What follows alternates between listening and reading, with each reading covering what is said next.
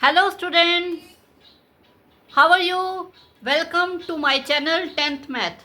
तो जैसा कि हमारे मिशन के हिसाब से ट्रिग्नोमेट्री को इजी बनाने का मिशन चल रहा है, तो उसमें आज हम करने जा रहे हैं वेरी वेरी इम्पॉर्टेंट आइडेंटिटीज़, ठीक है, जो कि आपको एक्चुअली ट्रिग्नोमेट्री को इजी बनाने में बहुत हेल्प करने वाली हैं, ठीक है। और दूसरी चीज़, आज का ये वीडियो बिल्कुल लास्ट तक देखना, क्योंकि लास्ट में मैं आपको वो वाला क्वेश्चन बताने वाली है जो लास्ट ईयर एग्ज़ाम में आया था। और लास्ट ईयर का एग्ज़ाम बच्चों ने बोला था बड़ा टफ आया है, तो क्यों उन्हें टफ लगा था उससे रिलेटेड कुछ बताने वाली हूँ मैं, ठीक है। तो इसलिए लास्ट तक ये वीडियो देखना, ठीक है। तो आप अभी जो हम स्टार्ट करने जा रहे हैं वो हम स्टार्ट करने जा रहे हैं reciprocal identities and quotient identities. देखो एक्चुअली जो ट्रिग्नोमेट्री है ये 3 पार्ट्स में डिवाइडेड है। देखो, फर्स्ट पार्ट है ट्रिग्नोमेट्री रेशियोज, सेकंड पार्ट है trigonometry ratios on specific angles, ठीक है। तो फर्स्ट पार्ट जो है वो हमारा कंप्लीट हो गया है, वो हमने अच्छे से कंप्लीट कर लिया है, ठीक है। उसके बाद जो सेकंड पार्ट है स्पेसिफिक एंगल्स, उसको हम आज स्टार्ट करने जा रहे हैं। उससे रिलेटेड आज मैं ये जो है रेसिप्रोकल आइडेंटिटीज़, क्वोशंट आइडेंटिटीज़ और उसके साथ जो स्पेसिफिक एंगल्स के ऊपर जो चार्ट बनता है, जिस चार्ट के द्वारा हम समझते हैं कि साइन 45 डिग्री क्या होगा, कॉस 30 डिग्री क्या होगा, टेन 90 डिग्री क्या होगा, तो वो सारा जो चार्ट है वो मैं समझाने वाली हूँ। और इस ढंग से समझाने वाली हूँ, सीरियसली कह रही हूँ, आज का वीडियो बहुत इंपॉर्टेंट होने वाला है, क्योंकि ना तो आपको कोई वैल्यू लर्न करनी है ना रट्टा लगाना है।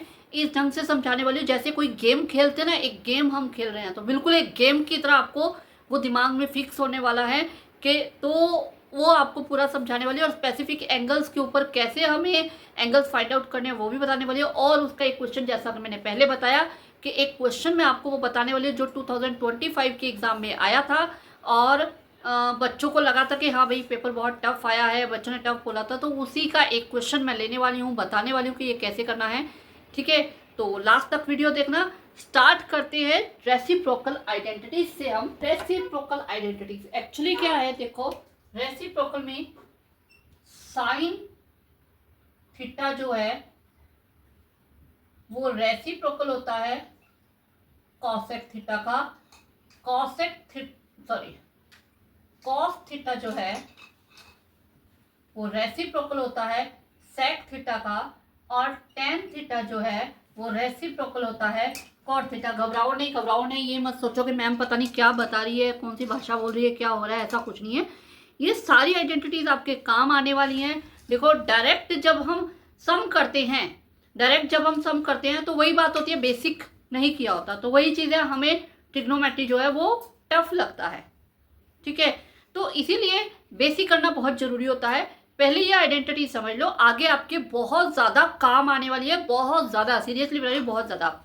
अब देखो, जैसा कि मैंने बोला है साइन कॉसेक का कैसे, ये आप क्वेश्चन कर सकते हो कि मैम कैसे, ठीक है। देखो, हमने वो किया था मंत्र, पंडित बद्री प्रसाद हर हर बोले सोना चांदी तोले, ये हमने किया था। फिर उसके बाद मैंने आपको कहा था कि इसी को उल्टा, मतलब हमें क्रॉस में लेके जाना है, सी यहाँ आ जाएगा, एस यहाँ आ जाएगा और यहाँ आ जाएगा कॉट, सीधा सीधा जो बच गया एक, ठीक है।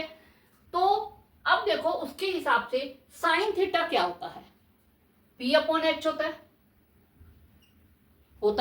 क्या होता है, पी अपॉन एच, ठीक बोल रही हूँ। उसके बाद अब कॉसेक देखो, कॉसेक यहाँ पे आते हैं, ये हो जाता है इसका उल्टा, यानी कि एच अपॉन पी। अब आप देखो, P upon H, H upon P, P upon H, H upon P, एक दूसरे के रेसिप्रोकल हुए। इनडायरेक्टली अगर मैं आपको बोलूं कि साइन थीटा जो है वो 2/3 है, किसी एक सम में, पर्टिकुलर सम में साइन थीटा की वैल्यू 2/3 है, तो कोसेक, क्योंकि 2/3 का मतलब हमारा जो p है वो 2k है और जो h है वो 3k है। अब अगर हम कॉसेक थीटा की बात करें तो वो h अपॉन p होता है, तो इसके हिसाब से h हो गया 3k और p हो गया 2k, k से k कैंसल, तो ये वैल्यू आ गई 3/2। आप देख सकते हो इन दोनों को, ये दोनों एक दूसरे के रेसिप्रोकल है या नहीं। मैथ में किया है ना ये चीज, पहले भी हम छोटी क्लासेस में करते हैं रेसिप्रोकल, सिर्फ उल्टा करना, ठीक है।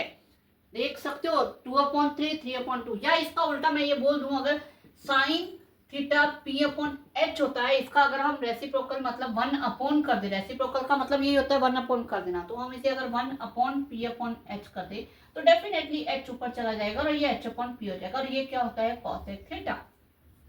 क्लियर हुआ क्लियर?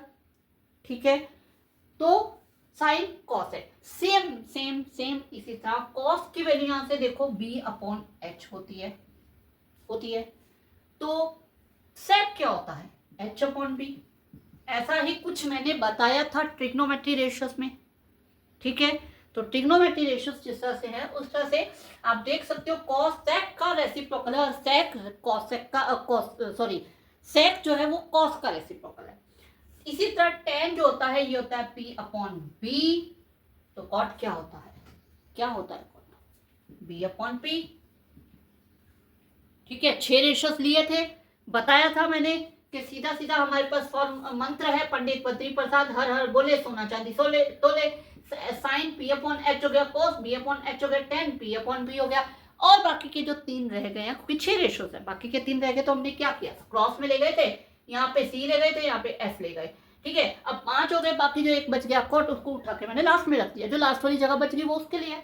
ठीक है, तो उनको अगर हम देखें तो कुछ ऐसा होता है। ठीक है, या इनडायरेक्टली मैं आपको क्या कहना चाह रही हूँ कि ये एक दूसरे के रेसिप्रोकल्स होते हैं, यानी कि साइन थीटा को आप 1/cosec theta and cosec theta को आप 1/sin थीटा लिख सकते हो। समझ आया? इसी तरह cos थीटा को आप 1/sec theta and sec theta को आप 1/cos थीटा लिख सकते हो। क्लियर? सेम tan थीटा को आप 1/cot theta and cot theta को आप 1/tan थीटा लिख सकते हो। क्लियर हुआ? यानी ये 6 के 6 जो हैं ये एक दूसरे के रेसिप्रोकल है। अब इसका मीनिंग क्या है? थोड़ा सा वैसे मैंने अभी आपको बताया था और बता देती हूँ। अगर किसी पर्टिकुलर सम में मान लो हमारे पास जो sec थीटा है उसकी वैल्यू हमारे पास 7/3 दे रखी है 7/3, तो हमें पता है sec जो होता है वो h/b के इक्वल होता है। तो पहले हम h को लेंगे 7 के, और फिर हम b को लेंगे 3 के, फिर हम cos को निकालेंगे, cos थीटा होता है b/h, तो हम ये 3 के लेंगे, फिर हम 7 के लेंगे, k से के काटेंगे और 3/7 लिखेंगे। लेकिन इन आइडेंटिटीज के कारण हम इन्हें डायरेक्टली रेसिप्रोकल में लिख सकते हैं। अगर sec 7/3 है तो cos थीटा डायरेक्टली इसका उल्टा करके 3/7 उल्टा कर देना है, डिनोमिनेटर को न्यूमरेटर, न्यूमरेटर को डिनोमिनेटर बना देना है, सीधा नॉट टेंशन। ठीक है, टेंशन लेने की जरूरत नहीं है। इसी तरह अगर किसी पर्टिकुलर सम में आपका जो tan थीटा है वो 5/12 दे रखा है, तो कोट आप डायरेक्ट 12/5 ले सकते हो। ठीक है, ये आइडेंटिटीज है आपके पास, डायरेक्ट यूज कर सकते हो। ठीक है, कहाँ यूज होंगी, कैसे यूज होंगी, ये आगे चल के आपको पता चलेगा। अभी आपको क्या है पता होना जरूरी है, क्योंकि आगे जब सब में ये चीजें आएंगी तो उस वक्त आप कहोगे कि ये कैसे आया, आपने कैसे लिख दिया डायरेक्ट। ठीक है, या हम इतना लंबा चौड़ा ये एक्सप्लेन करें, ऐसा नहीं करना है, हमें डायरेक्ट उठा के लेना है। और कहीं अगर आपको जरूरत है, देखो यू आगे चल के ऐसे सम आएंगे जहाँ पे हमें सॉल्व करनी पड़ेंगे ट्रिग्नोमेट्री वैल्यूज को, तो जब हम सॉल्व करेंगे तो वहां पे हो सकता है हमें साइन को कहीं 1/cosec पुट करना पड़े, cosec को 1/sin पुट करना पड़े, तो हम डायरेक्ट कर सकते हैं उनको सॉल्व करने के लिए। ये हमारे पास आइडेंटिटीज होती हैं। अब आइडेंटिटीज है, समझा दिया, लर्न करने का तरीका। ठीक है, वैसे तो यहाँ जो मैंने आपको दे रखा है पंडित बद्री प्रसाद वाला, वहां से आप डायरेक्ट ले सकते हो। वहां पे मैंने बता रखा है पंडित बद्री प्रसाद हर हर बोले सोना चांदी तोले, ये तो क्लियर है, सोना चांदी तोले। अब यहाँ से हम क्रॉस में ये सी आ जाएगा, यहाँ क्रॉस में एस आ जाएगा, वही एक प्लेस जो बची वो बच गया कॉट, वो हम यहाँ पे ले लेंगे। तो इस तरह से आपको पता चल जाएगा। लेकिन इसका एक और मैंने पैटर्न बना रखा है कि एक पैटर्न में लिखो, अगर उस पैटर्न में लिखते हो, क्योंकि आगे मैं आपको जो स्पेसिफिक एंगल्स के ऊपर बताने वाली हूँ उसमें भी वही पैटर्न यूज करने वाली हूँ कि एक पैटर्न मैंने बना रखा है कि अगर उस पैटर्न को आप लर्न कर लो तो सारी आइडेंटिटीज को लर्न करने का एक बहुत अच्छा तरीका आपको मिल जाता है। ठीक है, तो वो पैटर्न क्या है वो मैं बता रही हूं आपको।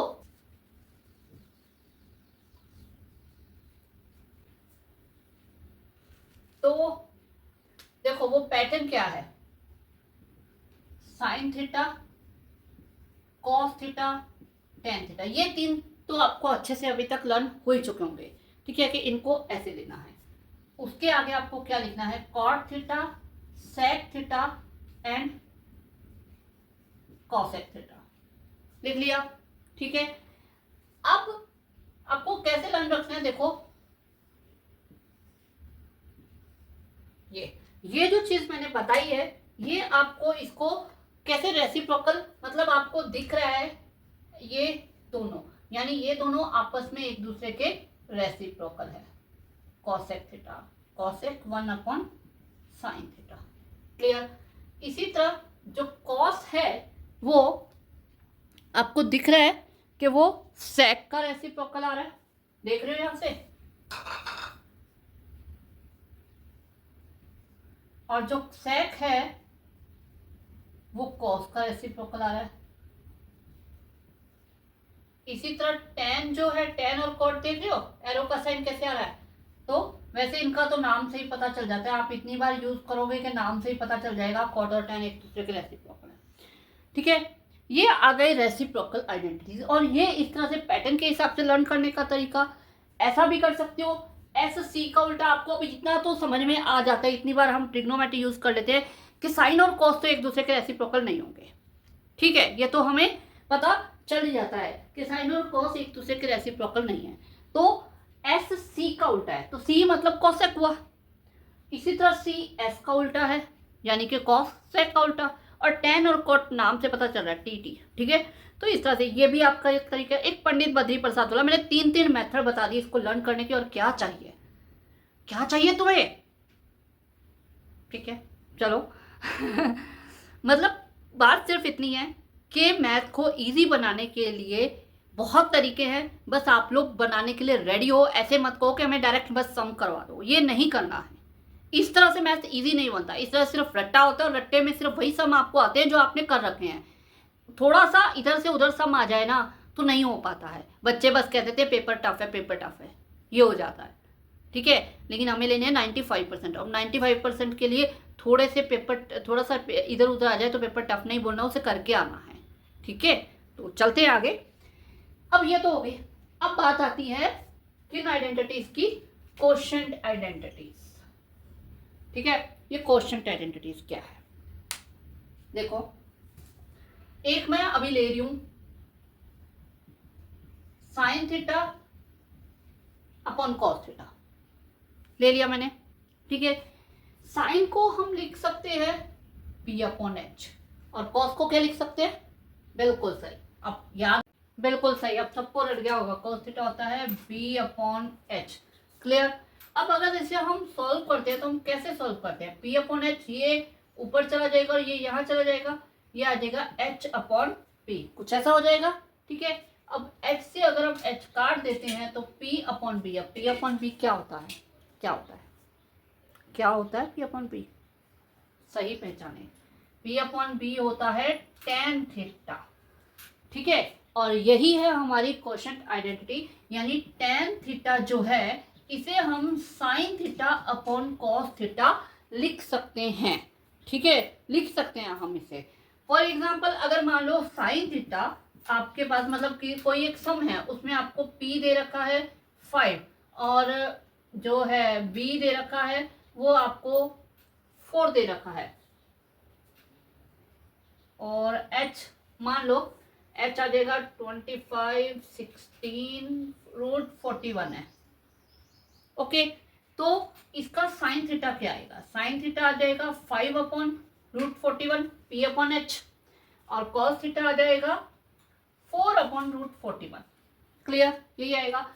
अब अगर हम इसे इन दोनों को डिवाइड कर दें, यानी 5/√41 एंड 4/√41, तो 41 से 45/4 आ जाएगा, आ गया। अब अगर हम यहाँ पे टेन थीटा फाइंड करते हैं तो क्या आएगा, tan थीटा होता है P/B, तो क्या आ जाएगा 5/4। आप देख सकते हो ये दोनों बिल्कुल राइट है, ठीक है। तो ये जो है ये हमारी क्वोशिएंट आइडेंटिटी। अब इसके साथ एक और आइडेंटिटी हमारे पास ऑटोमेटिकली आ जाती है, क्योंकि ट्रिग्नोमेट्रिक रेशियोज में सारी आइडेंटिटीज एक दूसरे के रेसिप्रोकल है। तो tan का रेसिप्रोकल क्या है, cot, और cot अगर tan का रेसिप्रोकल है तो वो यहाँ पे भी रेसिप्रोकल हो जाएगा, यानी cot को हम cos theta upon sin theta put कर सकते हैं किसी भी क्वेश्चन में, अगर हमें नीडेड हो तो हम उसे पुट कर सकते हैं, इवन पुट करेंगे, एक्चुअली करेंगे हम, वो सम भी हम करेंगे। ये मत कहो कि मैम क्या आप बेसिक करवा रहे हो, बोरिंग हो रहा है, क्वेश्चंस बताओ। सच कह रही हूँ, जब मैं क्वेश्चंस कराऊंगी तो आप लोग खुद कहोगे कि हाँ मैम ने ये चीज़ें हमें पहले इतने अच्छे से समझा दी कि अब फटाफट क्वेश्चंस हो रहे हैं, ठीक है। जब मैं क्वेश्चंस करवाने शुरू करूंगी ना तो आप खुद ही कहोगे कि मैम 1 मिनट में, मतलब कोई भी बुक ले आओ हम सारे क्वेश्चन सॉल्व कर लेंगे, वही चीज़ होने वाला है। तो ये हमारी 2 क्वेश्चन आइडेंटिटी हैं जो कि हमारी आगे वर्क करने वाली हैं, जरूरत पड़ने वाली है, ठीक है। तो इसके साथ अब हम करने वाले क्या करने वाले हैं, trigonometric ratios on specific angles जो होते हैं। क्या है एक्चुअली, देखो अभी तक हम क्या कर रहे थे, sign A, cos A, ten B, secant theta, ठीक है, ये सब हम ले रहे थे, एक्स कॉस एक्स, इस तरह से एंगल ले रहे थे। लेकिन अब हम क्या बात करेंगे, साइन 45 डिग्री, कॉस 30 डिग्री, सेक 90 डिग्री, इस तरह से हम स्पेसिफिक एग्जैक्ट वैल्यू लेंगे एंगल की और उसके ऊपर वैल्यूज फाइंड करेंगे, ठीक है। तो ये वैल्यूज फाइंड करने के लिए एक चार्ट बनाया जाता है, जो चार्ट थोड़ा सा आपको पीछे दिख भी रहा है। इस चार्ट को मोस्टली बच्चे लर्न करते हैं, रट्टा लगाते हैं, ठीक है। और जब ये रट्टा लगाते हैं तो डेफिनेटली एक छोटी सी मिस्टेक होना नॉर्मल है, जिसकी वजह से उनके क्वेश्चंस एग्जाम में गलत हो जाते हैं और मार्क्स कट जाते हैं, ठीक है। तो वो हमें नहीं करना है, इस चार्ट को मैं समझाने वाली हूँ मेरे नेक्स्ट वीडियो में, और मैं नेक्स्ट वीडियो में एक आपको जो सम करवाने वाली हूँ वो मैं आपको करवाने वाली हूँ, sine square 30 degree plus cos square 30 degree upon sine 30 degree cos 30 degree upon sine square 50 degree plus cos square 50 degree. कुछ इस टाइप का सम जो आपके लास्ट ईयर आपके 2025 के एग्जाम में आया था, वो भी मैं आपको करवाने वाली हूँ। एक्चुअली ये जो क्वेश्चन है, ये क्वेश्चन में हम 30 डिग्री का एंगल का हम वैल्यूज जानते हैं, लेकिन 50 डिग्री की नहीं जानते, इसीलिए बच्चों को ये क्वेश्चन टफ लगा था, ठीक है। तो हम वो करने वाले हैं, लेकिन हम करेंगे कल के वीडियो में, क्योंकि आज का वीडियो ऑलरेडी बहुत लंबा हो गया है। तो कल के वीडियो में ये चार्ट जो है, मैं आप लोगों को इस चार्ट को बनाना सिखाऊंगी कि कैसे एक गेम खेलते खेलते ये चार्ट बन जाएगा। पहले काउंटिंग लिखो, फिर उसको ऐसे डिवाइड करो, ये सब करके मैं आपको बड़े इजीली ये चार्ट समझा दूंगी, और साथ में दिमाग में फिक्स हो जाएगा, और साथ में हम करेंगे इसके कुछ सम्स। ओके, तो कल तक के लिए